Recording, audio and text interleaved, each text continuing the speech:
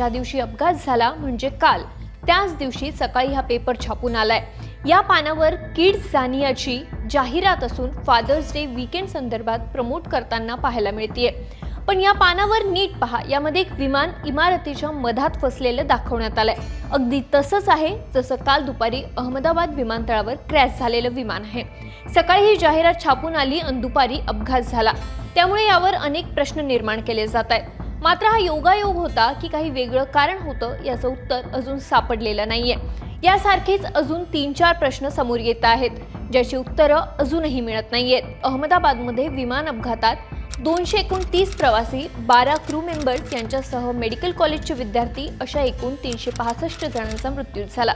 या विमानात गुजरातचे माजी मुख्यमंत्री विजय रुपानी हे देखील होते। रुपानी यांचा 1206 हा लकी नंबर होता।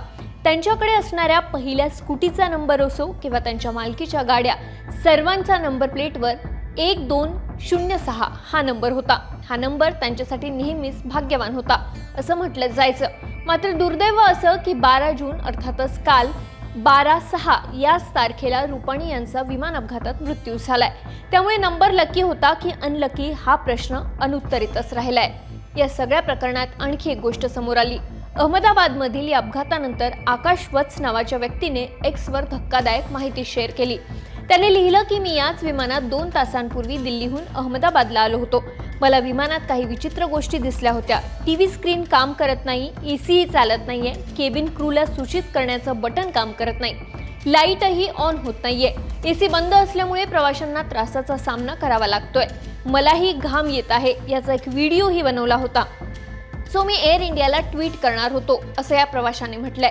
त्यामुळे या प्रवाशाला अपघाताची कुणकुण लागली होती का अशी चर्चा सुरू झाली आहे। या सगळ्या प्रकारात प्रवाशांचा जीव वाचवता आला नाही, त्याचं महत्त्वाचं एक कारण केंद्रीय गृहमंत्री अमित शहा यांनी सांगितलं।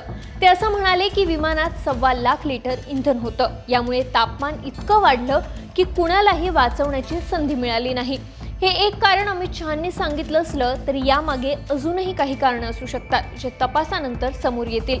शेवटची गोष्ट म्हणजे विमानात बसलेले सगळे प्रवाशांना आपला जीव गमवावा लागला, पण सीट 11A वर बसलेला रमेश विश्वकुमार हा एकमेव प्रवासी जिवंत सापडला। रमेशने अपघाताच्या काही क्षणाआधीच आपत्कालीन दरवाजातून उडी मारून स्वतःचा जीव वाचवला। सध्या ते रुग्णालयात उपचार घेत आहेत। अपघात होणार याचा अंदाज येताच रमेशने इमर्जन्सी एक्झिटमधून उडी मारली। पण प्रश्न असा आहे की रमेश यांना अपघाताचा अंदाज आला आणि त्यांनी उडी मारली, मग हे सगळं इतर प्रवाशांच्या बाबतीतही घडू शकलं असतं आणि जीव वाचू शकला असता का?